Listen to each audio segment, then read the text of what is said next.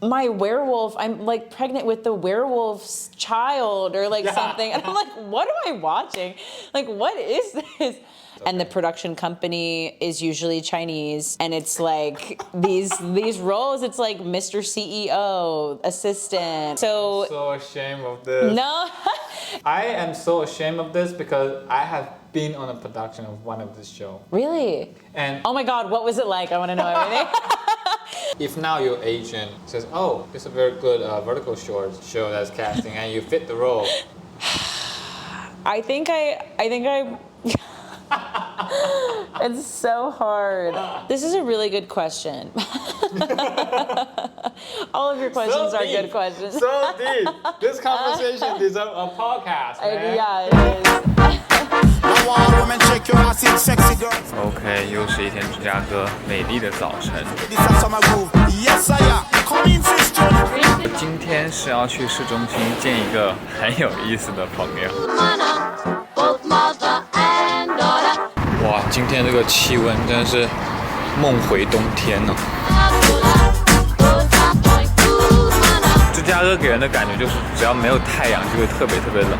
就这个地方其实本质上还是个非常冷的地方，它这边夏天有点像厦门的冬天。Oh no, oh no, oh no！ 我刚刚错过我的巴士。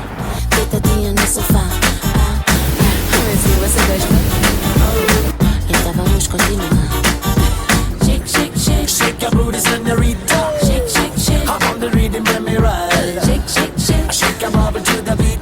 Shake, shake, shake. Jacking me together tonight. Shake, shake, shake. Your booty down, but girl, you know you do. Shake, shake, shake. Oh, baby, you're my inspiration. Shake, shake, shake. I pray the mama let me tell the truth. Shake, shake, shake. Drinking rum and Coca-Cola. Cola Point Cubana. OK， 刚下公交还有3分钟。I think I will barely make it。哦，这熟悉的感觉。Sorry guys， 我在芝加哥每个地方我都觉得很熟悉，因为我当时在芝加哥真的就拿个相机到处跑。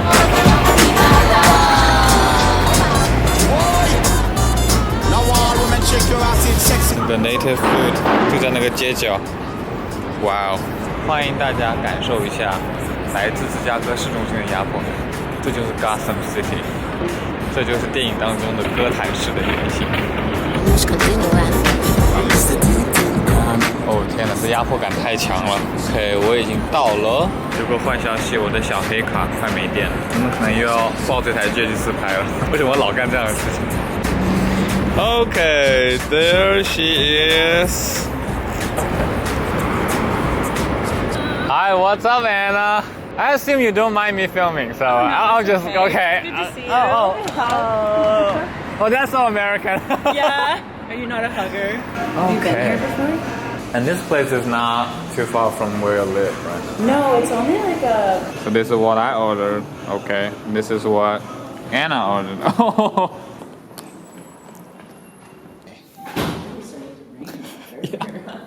Also, I have 2 dogs. And they will probably bark at you. Okay. But they are harmless. They're just loud. Okay. So we were actually in this condo, and then yesterday, my mom and I moved all of our stuff to this condo down the hall because it's bigger because my sister's moving in. Hi.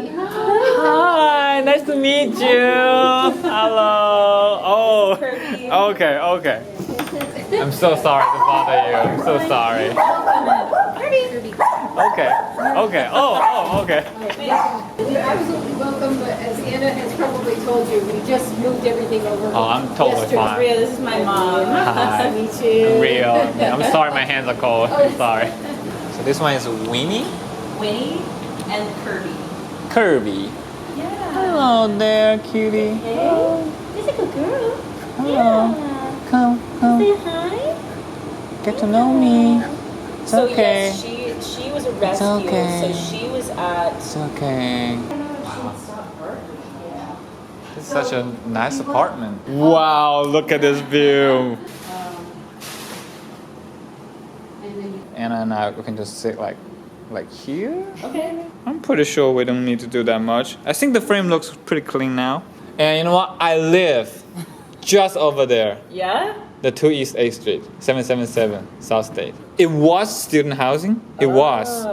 I lived around this neighborhood for like a long time. OK， 所以我们本来是打算去湖边做这个 interview， 但是结果呢，因为现在外面有点下雨了，然后 Anna 就直接说，就直接来他们的 apartment， 然后这是 Anna 的妈妈，他们这个 apartment 真的非常棒。Okay, testing microphone 1, testing, microphone 1. Testing, microphone 2. I have to do this. Last time I recorded for like an hour and there's no sound. I was like, Oh no. Is it working? Does it sound like? I'm so glad that we came here. Yeah, me too. This will be impossible to film and talk outside right now. Yeah, it'd be gross. It's already started recording. Yeah, it's the red dot. Okay. Yeah. Okay, Anna. Okay, This Ria. very unofficial interview. Let's talk a little bit about you. You can. Do you want me to talk to you or to like the camera? Just to me. Okay, yeah. Well, my name is Anna. I'm 27. I'm an actor. I live in Los Angeles. I also like directing and writing. I went to school in Austin. I did 2 years at theater school in Houston and I dropped out. Okay. I dropped out and then I went back and then I dropped out a second time. Oh my God. So, The same school? Yep. Okay. Same school, same program. I was like really not feeling it. And then I was like, let me give it another shot. And then I was like, no, this is not for me. My family lives in Chicago and I live in Los Angeles. So I get to kind of travel back and forth, which is nice. Okay. So originally I was born in Connecticut. And then when I was like 8 or 9, we moved to Alabama. And then we moved to Louisiana. And then we lived in Tennessee for like 6 months. And then we moved back to Louisiana. And then we moved to Texas. Okay. And then from Texas is when I moved to Los Angeles and my family moved to Chicago. I think the only real like guarantee of a consistent paycheck is if you get cast as a series regular on a show or if you do commercial work, in which case you get residual checks, right? Every time your commercial airs, you get a percentage of a residual check. Yeah. Wait, what? Yeah. They pay the agency fee and then they pay the day rate of like how many hours did you actually spend on set shooting, and then you get a usage rate. So however many times I guess the commercial is shown, you get paid. It comes to you over time. Some of the local commercials in Louisiana, they're commercials that run for years. So like you could continue to get residual checks for years. A film or a play, that's like a specific amount of time. Like you're gonna wrap like for good, right? And you're not gonna get paid anymore after that. But like a commercial, it could be, or like a series regular TV, you could continue to get paid. But that's not what a lot of actors have, right? Most of the time you're doing like projects that are one-off. From what I know, I don't think Chinese commercials can pay actors like that. Really? How do they pay, do you know? Maybe I don't know it, but I don't think so because I never heard of it, you know. Okay. It's always like this one-time payment. They only pay you for your time on the set. So does it get really competitive for those kind of commercials? Oh yeah. Oh yeah. What is it like to working with agent in America in general? Are they above you or? There's a couple different, I guess, like levels. So there's agents that work with like developmental talent, which is like if I want to be an actor but I have no credits, I haven't done a commercial, I haven't done an indie film, maybe I did a play when I was in high school and I liked it and I want to be an agent. I want to be an actor. As you book more and more and you get more credits and you have more experience, there's different agencies that will only take people who've had like at least 5 guest star roles or feature roles, or you have to be like series regular and above, or you have to be booking like features to sign with them. Like some of the big LA agencies, it's not even worth submitting to them unless you have like a ton of major credits, I would say. Or if you're a child, like they'll take children who don't have credits because they're children, but kids are different.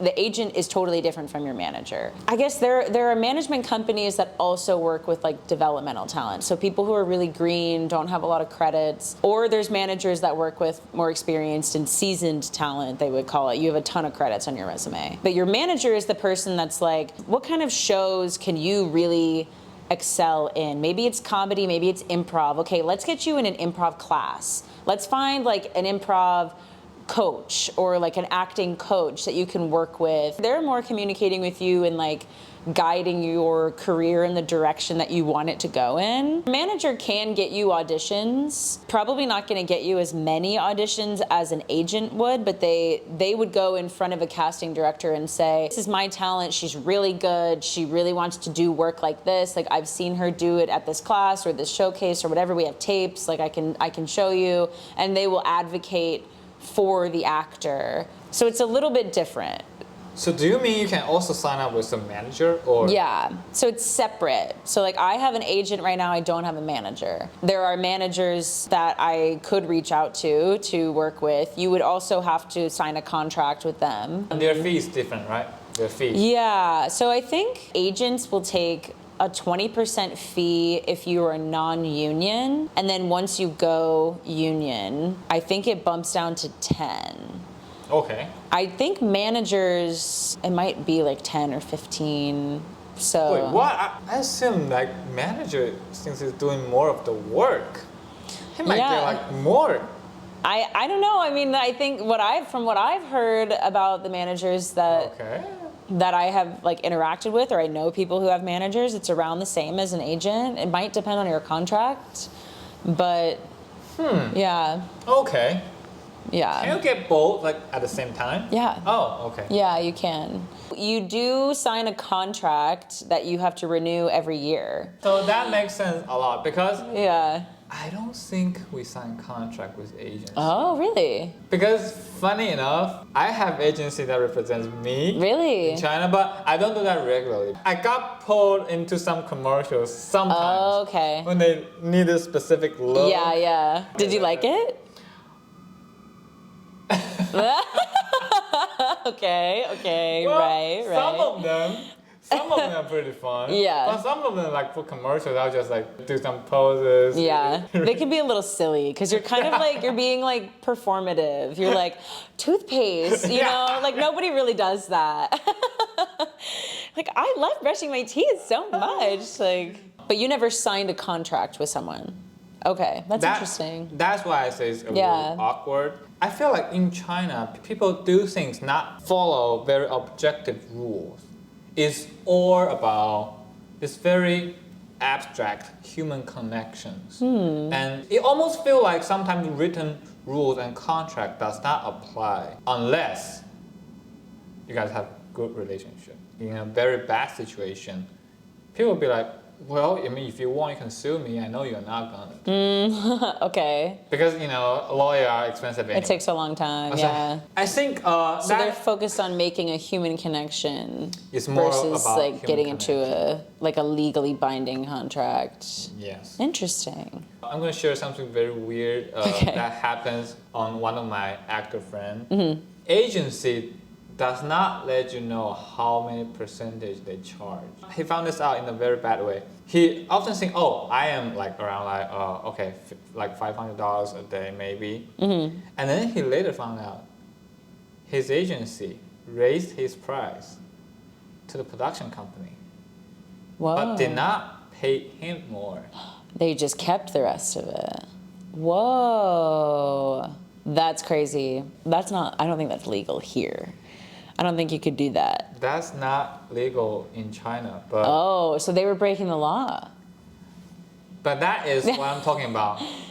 Do you want to sue me? Yeah. You know, it's yeah. like most people be like, Right. And Maybe there's no not. contract. There's no legally binding contract. yeah. Interestingly, my mom is a lawyer. Oh, really? My mom is a lawyer. My mom is a lawyer. Oh my. Yeah. What? Yeah, that's crazy. Okay, this is crazy. I often threaten a lot of bad people, I will sue you. Yeah. Because My mom's a lawyer. I do not need to pay for my lawyer. Yeah. You be careful. No, that's nice. I feel like Chinese people really just does not like contract because my mom is a lawyer. Yeah. Whenever they send me a contract, I will read every word Yeah. at least twice. I will give them no. They'll be like, you know, I was like, Yeah. dude, this is normal because I'm signing a legal contract with you. Yeah. I'm signing it. I have to be clear. Yeah. And sometimes they'll be like, oh, it's okay, you can just sign it. We're not going to do it. I was like, No.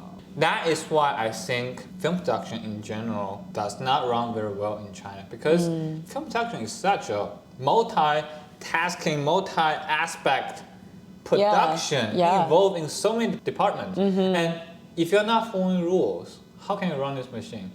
And that is why Chinese people are not good at building cars. Oh no. Really. As a art form, you need more than that. It's not about, I'm just doing the bare minimum to make it work. They'll be like, oh, if we can do this on WeChat, why don't we just do it on WeChat? But WeChat is not like a working platform. Sometimes they send out call sheet just by typing text in the group chat. I was like, well, I know it kind of functions similarly, Yeah. but I just don't like it. But it's more casual, it's not as professional. So that is why I'm very glad that I studied here because I was informed about this kind of formatting Yeah. and how you do things very early on. Whenever I'm producing a show, I will send out sheets Yeah. to my production Yeah. assistant and say, you need to fill this out. Not only for us to see. I know it's more complicated, but it's for other people to see. Yeah. And it keeps your bases covered. Like you are keeping accountability for yourself, but for everyone else that's working with you. Since we're talking about this, I think that a lot of where that comes from in the US is the unions. Because things have to be regulated, you know, like, and there has to be legal documentation of everything. You have to be accountable every single step of the way. And I think just over time with the unions advocating for, there's like writers unions, there's crew unions, there's actors unions, like directors, like over time you pass more and more regulations because, you know, things happen on set and you're like, oh, we really need to make sure that's regulated and there's a rule about that everyone has to follow. And so over time, you know, you get to the point where you have a standardized way of writing a script and a standardized way of sending out a call sheet and a standardized way of a production crew running, like, who is the script supervisor? You have a specific person for each job. And I'm assuming there's no unions in China. So there you go. You know what, now I'm thinking about laws. I'm not even sure we have that kind of laws. Wow. Definitely not about overtime. Nobody will write a law about that. Agency fee. I think there should be like the most maximum percentage that you can charge. Yeah. Right? And you have to be clear about it. What people do in China right now is they're not telling you because they want to charge more. And my actor friend who found out that his agent is like charging like what, 150% of his fee. I was like, my God. That's insane. That conversation happens because once on set was like a very casual conversation and the director was like, oh my God, you're so expensive right now. You know? Uh-oh. And then he was like, what are you talking about? You know? And that is Yeah. when they, aha! Yeah. Something's going on. That's wild. That's crazy. I wonder how long and how much money they ended up making off of him.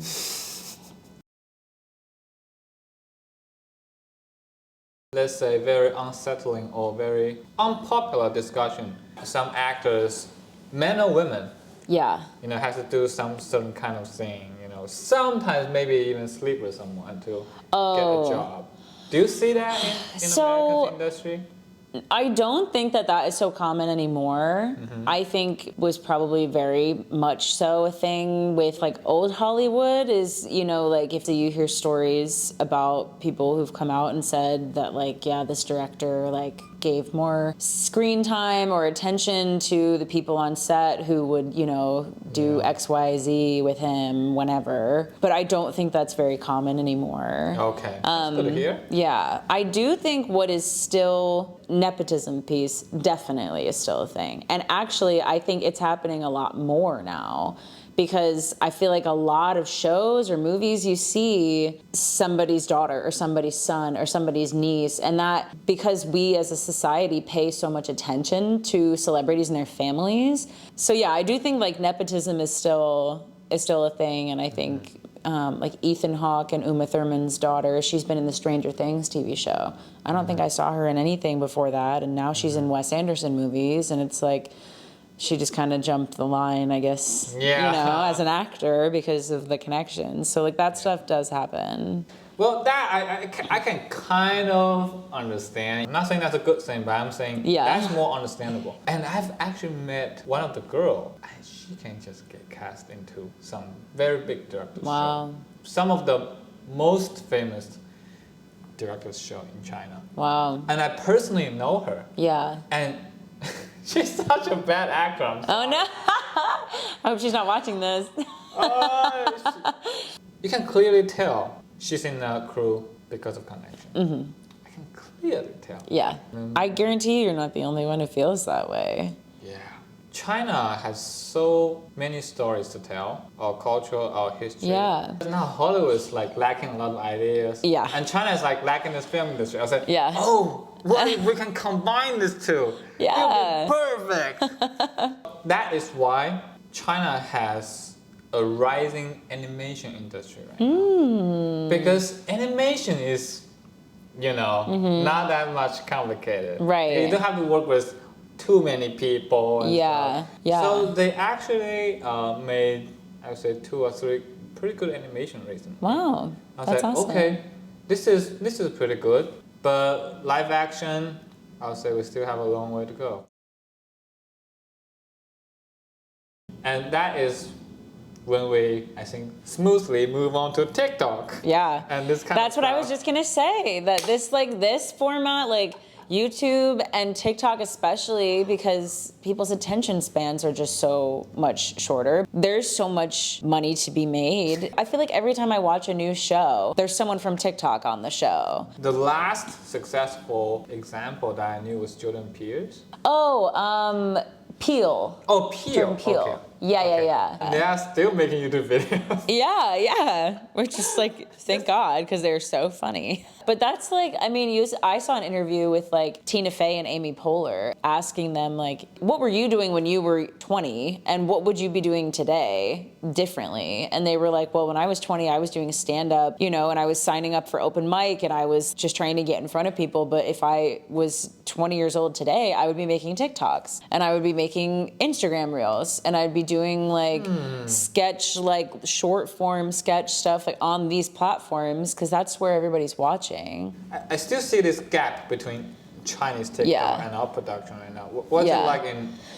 I think it's probably the same. I mean, it doesn't directly transfer like you were saying. You know, it's so different to like set up your phone and just be like, I had this idea that I was going to be this like Kardashian and blah, blah, blah, blah, blah, and then you hit post. There's no lighting, there's no costume, there's no set, there's no other people to work with. But you do see like a couple of examples. But yeah, I think for like, I have seen multiple comedians that started by just making like little sketch things on their TikTok. Okay. And I'm starting to see them in movies or I'm starting to see them in TV shows. And it's also different between comedy and drama. Yeah. Because when you see funny people online, it's hilarious, you love it, you want to see more of that character. And then if you see somebody doing like an acting challenge where they're like crying or they're doing this scene, it's almost kind of cringy to watch. And you're like, ugh, this is weird. That's the whole thing about acting is like you're making choices and you are living that experience and saying your lines in a specific way because of how you are living that scene. True. And if you're just reciting, lip syncing to someone else's scene, then that's not really acting to me. Something new happening right now in China, and it's now gradually coming to the United States as well. We call it the TikTok short series. It's like 100 Yes. episodes. and Oh my stuff. gosh, yes. I know exactly what you're talking about. So, okay. Also, this is a very big topic. Do Americans accept that, and do people consume that kind of stuff now? I think it's just starting to, I'm starting to see it. I think it's really popular with young people, specifically like high schoolers. Because you're talking about like the short episodes that are like almost like a soap opera love story romance, and it's like Mr. CEO and his assistant and they fall in love. Yeah, I know exactly what you're talking about. I have only recently started to see those things because I think they are so silly and they're so cheesy and kind of over the top with the acting. It's like almost like laughable. My sister and I like send them back and forth because like some of them are outrageous. Some of them it's like, my werewolf, I'm like pregnant with the werewolf's child or like something. And I'm like, what am I watching? Like, what is this?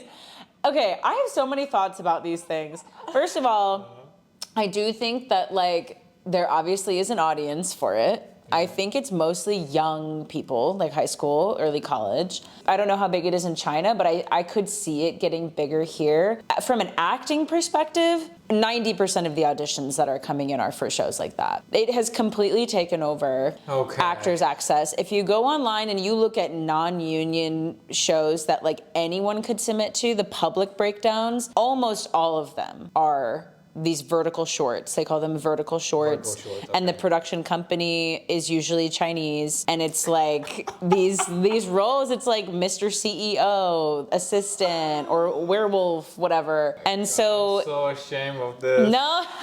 When I was growing up, my grandmothers watched soap operas on TV. They would sit on the couch and they would watch Days of Our Lives, 30-minute or an hour-long episode of like some of the cheesiest acting. I would think, wow, that's so bad. There's no way somebody actually enjoys watching that. But there's a target audience for it. There's people that go sit on their couch and watch it all day long. I think with our attention spans being shorter and shorter and shorter, it makes sense that now that Like is transferring into our soap phones. opera of our era. Yes, exactly. Another thing that like I don't know what you're allowed to talk about on your YouTube channel, but like to me it feels like almost like porn. These advertisements for these shows, it's the women are always in their underwear, the guys are always shirtless. Yeah. And it's always like this lead up to like, are they gonna kiss? Are they gonna start having sex? And I'm like, this is the intro to a porn. Like this is not a TV show. And who's watching this? Teenagers?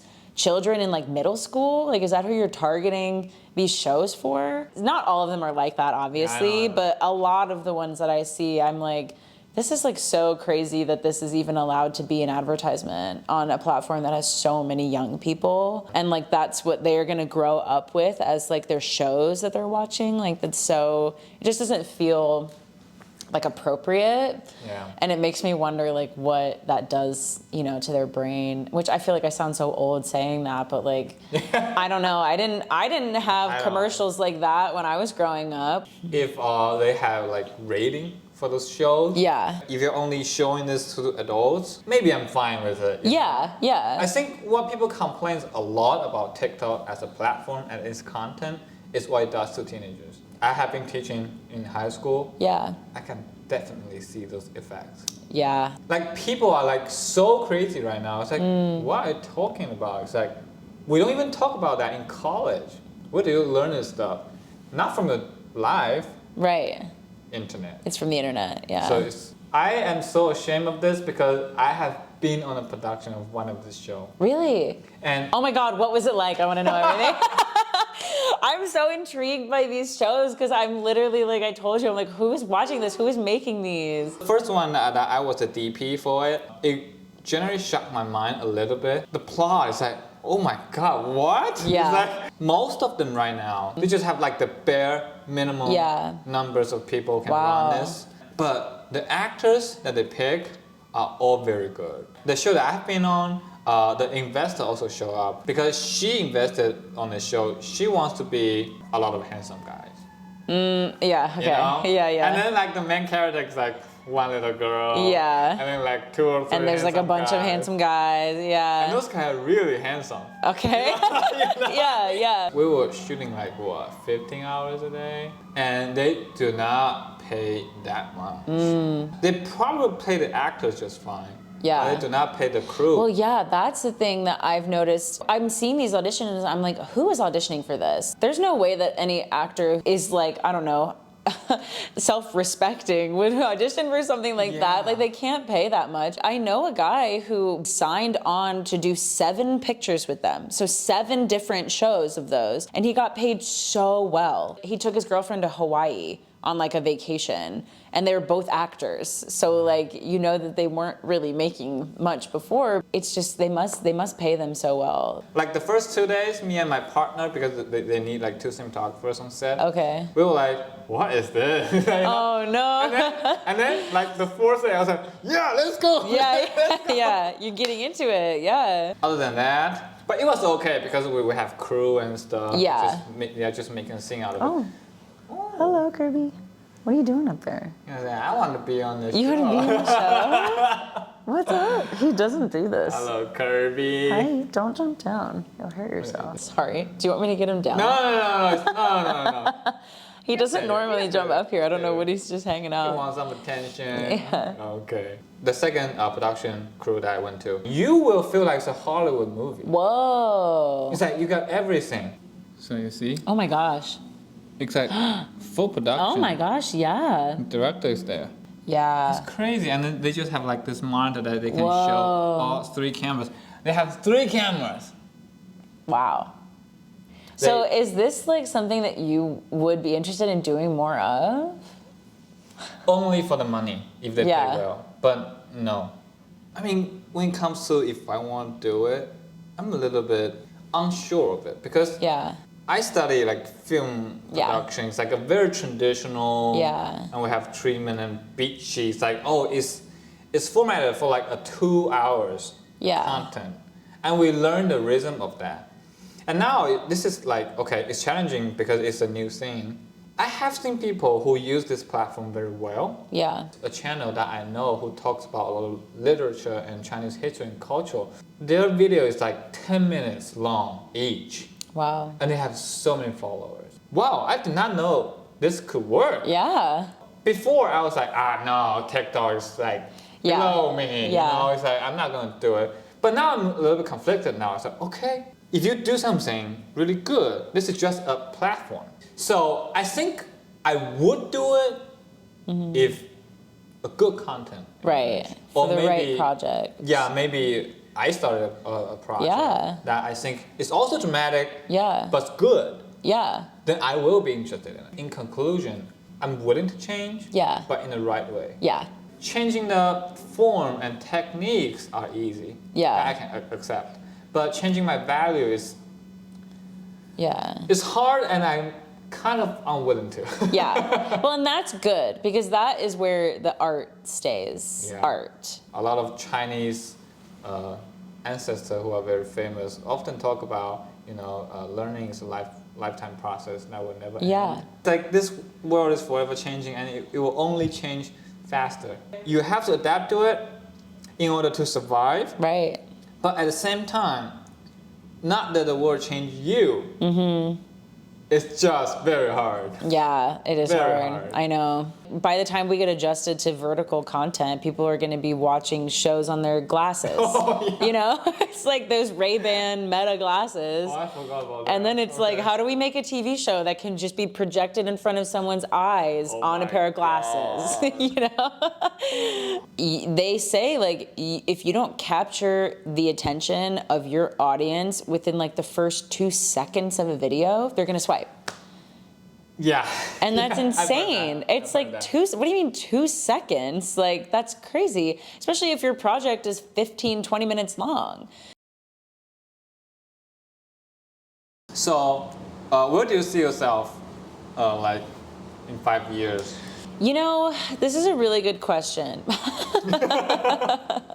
All of your questions are good questions. So deep. This conversation deserves a podcast, man. Yeah, it is. I am really trying to learn more. Like you said, I feel like I agree 100% that you're learning forever until you die. And so in 5 years, I mean, I'm gonna continue to act, and I'm gonna continue to pursue that, because that's kind of, I think, the foundation of my passion. But I would like to do more directing. I think it would be really, within 5 years, if I can have written something and then directed it in some capacity, finished a project like that, I think that would be insane. If now your agent says, "Oh, it's a very good vertical short show that's casting, and you fit the role," now, Oh yeah. would you? I will audition. I send an audition for everything my agent sends me. I think I it's so hard. It would really have to be the right kind of project. Gotcha. I don't think I could do something that's like porn adjacent. Gotcha. But if it's truly just like a soapy romantic thing and I need a job, then yeah, I probably will. Who knows? Maybe I will see you in China. Yeah. He was like, "Oh, this show is shooting." Yeah. You need a white just American cross me. girl? Oh, yeah. Oh my gosh, that would be crazy. How fun would that be? It's magical because we never knew each other. I know. Like a month ago. Yeah. And we met in Los Angeles. Yeah. Like one evening. Yeah. And now we're in Chicago. I know. Apartment. It's crazy. You know, that's the whole, kind of the backbone of the industry is who you meet and who you know and who you stay connected with. And I feel like I'm learning that. A lot of the opportunities I get are from people that I know, or people that know people that I know who know people that I know. You know, it's like it's who you know. It's all about who you know. And if we ever get to meet in China again, Yeah. that will be boo. Crazy. I was like, oh. If I ever go to China, I will definitely let you know. I will reserve time to get to what did you say is the name of where you're from? It's so hard to pronounce. It's called Xiamen. Xiamen. Okay. Xiamen. Cool. It's not very well known Okay. in America, but Chinese people know it. Yeah. Xiamen. It's still a pretty developed city. When I was like a kid, we only went to Beijing. And then when I worked for that company, they had sites in Guangzhou and Suzhou. Suzhou is very traditional. If you're looking for something very Chinese to visit, Suzhou will be like, the gardens, like the architecture. Oh, like, I see the wow. architecture. Yeah. Even for Chinese people, we will be amazed. I have not visited Suzhou. Yeah. Wow. Wow. Okay. Well, maybe that's what we'll do. If I end up in China, we'll be like, okay, let's meet in Suzhou. Yeah. Yeah. That's cool. It's cool. Battery's about to run out, but we will finish as well. So. Okay, cool. That's it. No more questions? Yes. I mean, Yay. this is such a long interview. Yeah, for you're us. going to have fun editing this. Oh my god.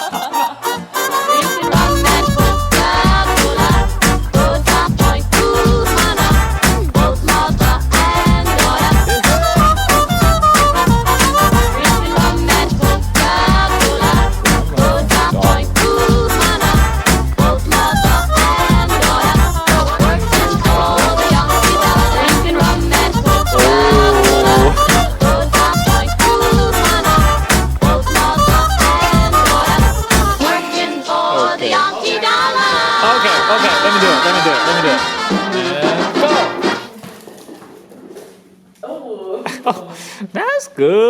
That's good. Okay.